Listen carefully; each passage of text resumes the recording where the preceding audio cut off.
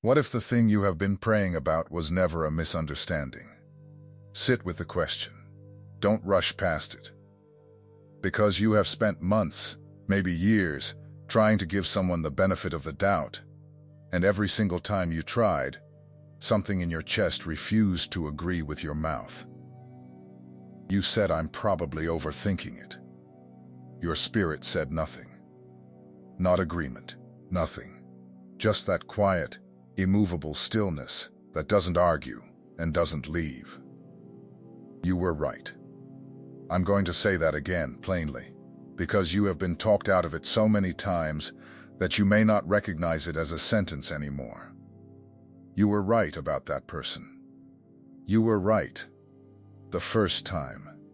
Back before you had any evidence. Back when all you had was a feeling in the pit of your stomach and a smile on your face that you didn't mean.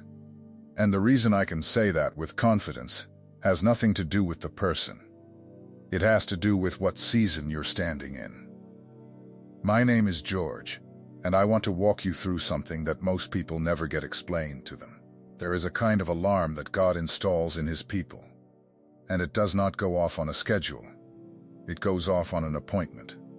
And when it goes off, it is almost never about your feelings. It is about your timing. There are two words for time in the language the New Testament was written in. The first is Kronos. That's the clock. That's Thursday. That's the alarm you set for 5:40 so you can beat the traffic. The calendar square where the dentist appointment sits. The slow accumulation of birthdays. Kronos doesn't care about your destiny. It just moves. It moved the same way for Pharaoh as it did for the man in the dungeon underneath his palace. The second word is Kairos. And Kairos doesn't tick. Kairos opens. Kairos is the appointed moment, the hour heaven set aside before you were born. When what was impossible on Tuesday becomes inevitable on Wednesday. It doesn't accumulate. It arrives. And here is the part almost nobody tells you. When Kairos arrives, discernment sharpens. Not gradually. Suddenly, things you tolerated for years become unbearable overnight, and you think something is wrong with you. Nothing is wrong with you. The alarm went off. You are standing at a threshold, and heaven does not send people through thresholds carrying passengers who were never meant to cross. That is why the person came to mind. That is why, right now, while I'm talking, a face appeared in your thoughts and your body reacted before your mind gave permission. Let me put an image in front of you and I want you to hold it, because I'm going to keep coming back to it. There is a key in the wrong hand. Somewhere in your life, you handed someone a key, not a metal one. Access. You gave them the right to speak into your decisions, to weigh in on your calling, to comment on your marriage, to have an opinion about the thing God whispered to you at 2 in the morning that you told almost no one. You gave them a key because you loved them, or because they were family, or because they were there when nobody else was, or because at some point in your life they were the only safe thing you had. And they still hold it. They hold it even though they stopped being safe 3 years ago. They hold it even though every conversation now leaves you smaller than it found you. They hold it because you never took it back. And you never took it back. Because taking a key back feels like an accusation. And you are not a person who accuses. But hear me. A key in the wrong hand isn't a relationship problem. It's an access problem. And access is the currency of the spirit realm. Now I want to tell you about two people. Two roads. And I want you to watch which one you recognize. The first one I'll call Marlene. She was in her 50s when I met her. Worked the front desk at a dental office in a town of maybe 9,000 people. Steady woman. Church every Sunday. Choir on Wednesday. She had a brother-in-law who had been in the family for 22 years, and she felt something about that man from the first Thanksgiving she ever spent with him. She could not have told you what. He was polite. He was helpful. He remembered birthdays. And every time he walked into a room, something in Marlene went quiet, the way a field goes quiet before weather. She prayed about it. She confessed it as judgment. She apologized to God for it more times than she could count. Her sister loved the man. Her mother adored him. And Marlene, being the kind of woman who would rather carry a thing than cause a thing, decided she was the problem. That decision cost her 9 years. I'm going to come back to Marlene. Hold her there. The second road belongs to a man named Dwight.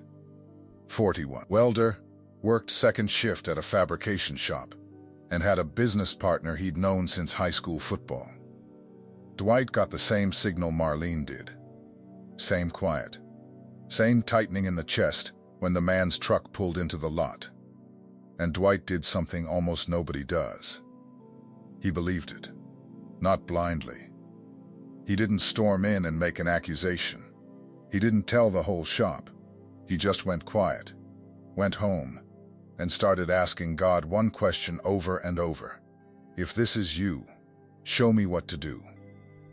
He didn't ask God to prove it. He didn't ask for evidence. He asked for instruction. And that difference, asking for instruction instead of evidence, is the whole difference between the two roads. Because evidence always comes late. Evidence is the receipt. Evidence is what you get after the damage. But instruction comes early. Instruction comes while there's still time to move. Now let me take you into a house in Canaan, because this whole thing has been written before. Joseph was 17 years old, and he had 10 older brothers who could not speak a kind word to him. Scripture says that plainly. They hated him, and they could not speak peaceably to him. And here is what I want you to notice about that boy, because I think we read the story wrong. Joseph knew. He wasn't naive. This is a young man who reported back to his father about his brother's conduct in the fields, which means he was watching, and he was seeing accurately. And what he was seeing was not good. He had discernment. He had a real, functioning read on the men around him. What he did not have was containment. Because when God gave him a dream, a real dream, an accurate dream, a dream that came true down to the detail, 20+ years later, Joseph did the most natural thing in the world. He told them. He handed a key to men who had already shown him who they were. And they did not steal the dream. Understand that. They could not touch the dream. The dream survived a pit, a caravan, a slave market, a false accusation, and a prison cell. What they stole was his timeline. What they stole was 22 years of his life that he did not have to spend the way he spent them. The dream was safe. The road got long. That's the thing about a key in the wrong hand. It doesn't cancel your destiny, it delays it. It adds miles. It adds nights. It adds a version of the story where you arrive at the right place having paid a price that was never on the invoice. And the reason God is ringing an alarm in you right now, in this season, is because He is trying to save you miles. Let me say that again. He is not warning you because He is angry at that person. He is warning you because He knows what's on the other side of this threshold, and He does not want you arriving there exhausted. Come back to Marlene with me. 9 years. 9 years of her sister slowly changing, pulling back from family. Apologizing for things that didn't need apologizing for. Wearing that particular tiredness that has nothing to do with sleep. 9 years of Marlene noticing and saying nothing, because she had already decided she was the one with the problem. The day it broke open the way these things do all at once, in a hallway, over something small. And when the truth came out, Marlene told me the thing that still sits with me. She said, "George, I wasn't shocked. That's what hurts. I already knew. I've known since 1998. She had been right for 9 years, and she spent every one of them apologizing for it. That's not humility. I want to be very careful here, because humility is a real virtue, and I'm not about to hand you permission to be suspicious of everybody who ever looked at you sideways. But there is a counterfeit humility that the enemy loves, and it goes like this. Who am I to sense that? Who am I to know something nobody told me? Who are you? You are someone God chose to install an alarm in. That's who.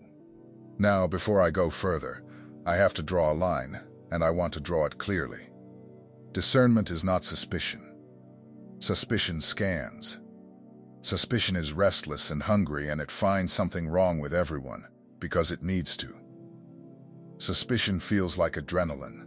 It makes you feel powerful, and it leaves you exhausted. Discernment does none of that. Discernment is specific. It shows up about one person or one situation, and it is strangely calm. It doesn't build a case. It doesn't rehearse arguments in the shower. It just sits there, unmoved, and says the same quiet thing every time. Not this one. And here's the test that has never failed me. Suspicion makes you want to expose. Discernment makes you want to pray. If what you're feeling drives you toward gossip, toward building an alliance, toward wanting other people to see what you see, that's flesh, and you should repent of it. But if what you're feeling drives you to your knees and makes you sad rather than vindicated, and makes you want the person to be well, even while you know you cannot be close to them, that is the spirit, and you should obey it. Grieved, not eager. That's the fingerprint. Let me tell you what happens when you finally take the key back. You get accused. Almost immediately. Not always out loud. Sometimes it's a silence in the family group text. Sometimes it's a sister who says you've changed. Sometimes it's the person themselves, calling you cold, calling you distant, asking what happened to you, and the question is designed so that any answer you give sounds like an attack. You'll be told you're being unforgiving. You'll be told you're being dramatic. You'll be told that this isn't what a Christian does.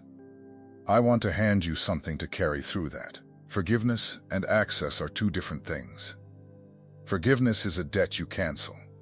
You do that in your heart, before God, and you do it whether they ever ask or not. That's non-negotiable, and I won't soften it. Access is a door you control. And nowhere does Scripture say that forgiving someone requires you to hand the key back. Jesus forgave from a cross, and he also, more than once, withdrew from crowds and from people. He didn't explain himself. He didn't post about it. He just went where he needed to go and let people think whatever they thought. You are allowed to do that. Now, if something in you has been standing up while I talk, if you've been listening with your whole body instead of your ears, I want to speak to that directly for a minute. Because I don't think it's an accident. There are messages that pass through your eyes, and there are messages that pass through your spirit. If something in you recognized itself while watching, don't dismiss it. That is the Spirit confirming what was already written. The secret protocol carries 7 keys that unveil what heaven deposited in you before you ever arrived, things no one around you has ever been able to name. It comes with the full audiobook for your moments of prayer, silence, and encounter with God. And you also receive the awakening map, the guide that illuminates the 5 seasons of spiritual awakening, revealing with precision exactly where you are and what comes next. The link is pinned in the first comment, but only for a limited time. Don't let this moment pass without a response. Back to Dwight. Because his road went somewhere Marlene's didn't. He asked for instruction, and the instruction he got was almost insultingly small. He felt he was supposed to stop signing things without reading them. That's it. That was the word. No confrontation. No dramatic revelation. Just read what you sign. So he did. And for about 4 months, nothing happened. Everything was fine. He read every document, and every document was fine, and he started to wonder whether he'd made the whole thing up. Then in month 5, he found something. Nothing enormous. A line in a supplier agreement that didn't match what he'd been told out loud. Small enough to be an honest mistake. Small enough that he almost let it go. He didn't let it go. He asked one question, and the answer he got, not the content of it, the shape of it. The way the man's face moved before he spoke told Dwight everything he'd already known for a year and a half. He was out of that partnership within 90 days. Cleanly. No lawyers. No shouting. He lost some money, and he kept his name, his shop, and his marriage. 14 months later, that man was in serious trouble, and the kind of trouble that takes everyone standing next to you down with it. Dwight wasn't standing next to him. That's what obedience to a Kairos alarm buys. Not comfort. Not a pleasant conversation. It buys you not being in the room when the ceiling comes down. I want you to notice something about both stories, because it's the part people miss. Marlene wasn't punished. Let me be clear about that. God didn't turn away from her. The truth still came out. Her sister still got free. Restoration still happened. It just took 9 years instead of 1. Delay is not damnation. But delay is real, and delay costs. And God is not indifferent to what those years take out of you. He is not standing at the end of the long road with his arms crossed, saying you'll get here eventually. He is standing in front of you, right now, in this exact season, ringing an alarm, trying to hand you a shorter road. Joseph still ruled Egypt, but he ruled it at 39 instead of at 20. And when his brothers finally stood in front of him, he wept so loudly, the Egyptians outside the room could hear it. That's not the crying of a man who lost his destiny. That's the crying of a man who paid for it in years. There's a woman I think about often when this subject comes up. I'll call her Rosalind. She was 71, and she had spent 40 of those years in the same congregation, in the same pew, 3rd row from the back on the left side. She told me she had one regret. Not the ones you'd expect. Not money, not a marriage, not a child who moved too far away. Her regret was a phone call she made in 1987. She had a best friend. The kind you have once, and that friend had married a man Rosalind had a feeling about. And Rosalind, being a good woman raised by good women, called her friend and apologized for that feeling. Apologized for it. Told her friend she'd been unfair, that she'd prayed about her attitude, that she was sorry for the coldness her friend must have felt from her. She said she remembered the exact tone in her friend's voice when she accepted the apology. She said it was too fast, too smooth, like a person receiving a gift they'd been waiting for. 11 years later, that friend called her at 2 in the morning from a motel parking lot with 2 children in the back seat. And Rosalind told me, and this is the part I've never been able to shake, she said the worst thing wasn't that she'd been right. The worst thing was that her apology had gone into that house like permission. Her friend had trusted Rosalind's read on people more than her own. And when Rosalind took hers back, her friend had nothing left to stand on. Do you understand what that means? Your discernment doesn't just protect you. Sometimes it's the last standing witness in somebody else's life. And when you apologize it away to keep the peace, you don't just silence yourself. You take away the one voice that person had left. I'm not telling you that to lay guilt on anybody. Rosalind carried enough for both of us. I'm telling you because most people think this is a private matter, a small internal thing about their own comfort. It isn't. There is almost always a third person in this story, and you may be the only one in their life Whoever felt anything. So what does the alarm actually sound like? It's rarely a voice. Almost never words. Here's what people describe to me, over and over, in nearly identical language. It's a drop in the room temperature when a name comes up. It's a tiredness that arrives before the conversation does. You're already exhausted at the thought of seeing them, and you feel guilty about that, and you go anyway. It's your body knowing before your mind does. Shoulders up, jaw set. A breath you hold without deciding to. It's the strange, specific detail of being unable to pray for that person the way you pray for everyone else. You start, and it goes flat. Not because God isn't listening, because you keep trying to pray your way into a closeness that heaven has already ended. It's dreams, not always, but often and usually simple ones. A locked door. Something being taken out of your house. Someone smiling at you with the wrong eyes. It's the way you rehearse. You practice sentences in the car before you see them. Nobody rehearses for safe people. You don't script conversations with a friend. You script them with a threat.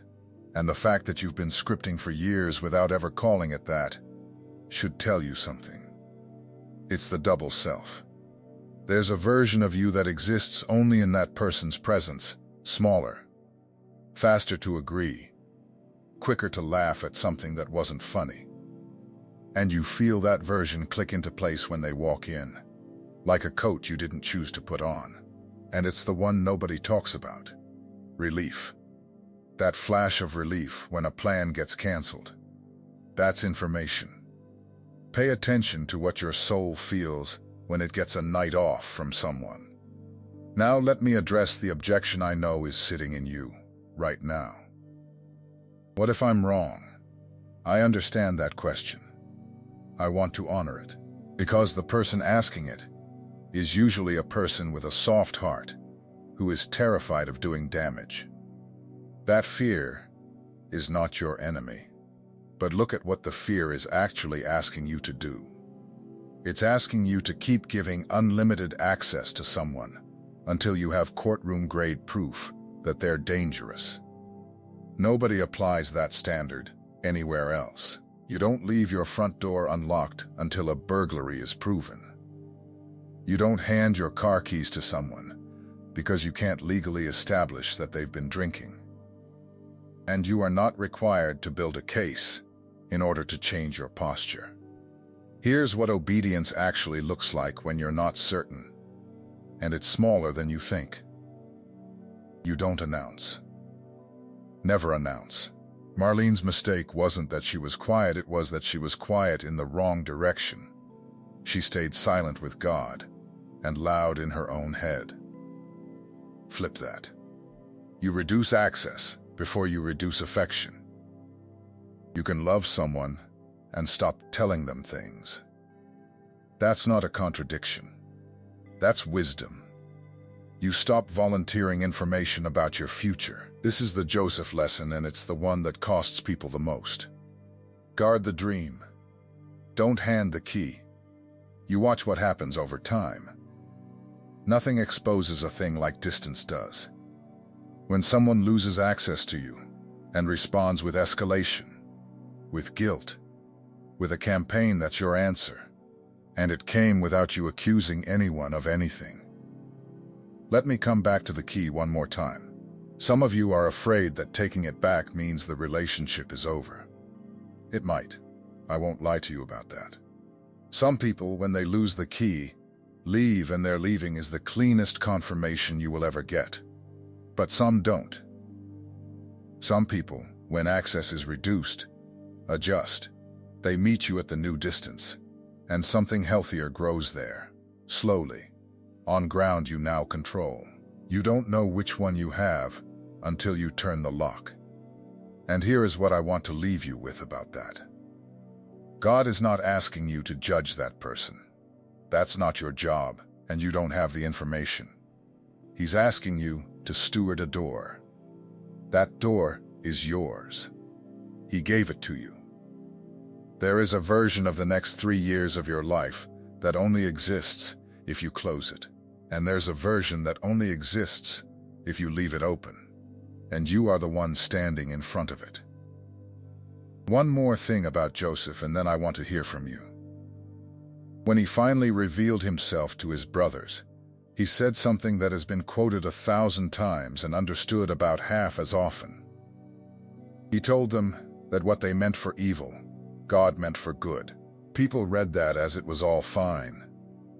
It wasn't all fine. He said you meant evil. He named it. He didn't pretend the pit was a blessing or the prison was a gift. He simply refused to let their intention be the final word over his life. That's what I want for you. Not bitterness. Not denial.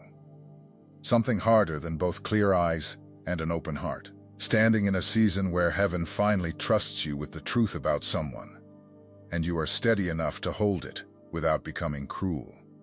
The alarm went off because you're close. Alarms don't ring in the middle of nowhere. They ring at gates. So here's what I'm asking you. In the comments, tell me about the moment you knew. Not the person's name, never the name. The moment. The specific one. The kitchen, the parking lot, the hallway, the phone call where something in you went quiet and you told yourself you were imagining it. Tell me what you were doing when it happened, and tell me how long you've been carrying it since. Because I think a lot of you have been holding that moment alone for years, convinced you were the only one who ever felt something, and doubted it into silence. You're not. And I want you to see how not alone you are. The key is in your hand tonight. It always was. Heaven just turned the light on so you could see which door it opened.